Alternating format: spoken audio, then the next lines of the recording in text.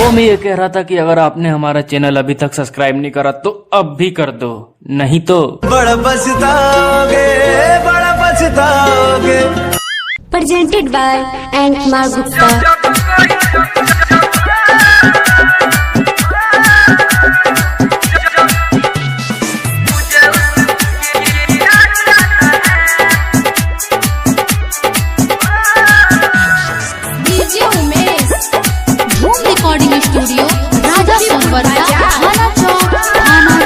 अब बीत गया वो जमाना जब था मैं किसी का दीवाना, अब बीत गया वो जमाना जब था मैं किसी का दीवाना। मुझे प्यार में फंसा के दिल में आग लगा के दिन रात वो सताती है।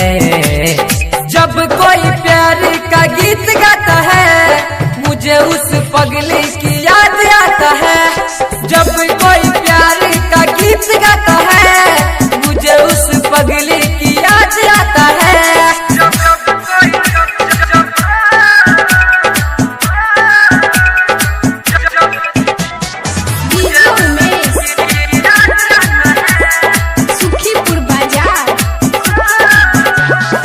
मेरी स्टोरी में था लब ज्यादा, वो शहजादी थी मैं शहजादा।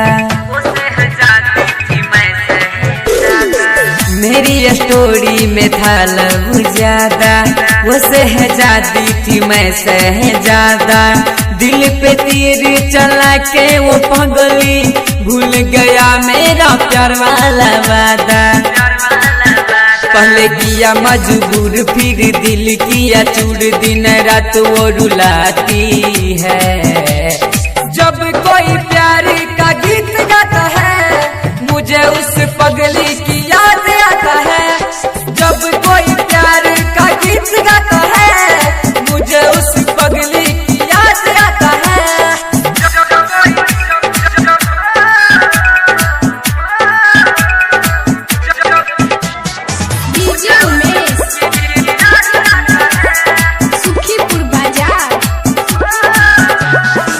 झूठे वो प्यार की सपना सजाई, क्या मैं बताऊं थी सनम हर जाई।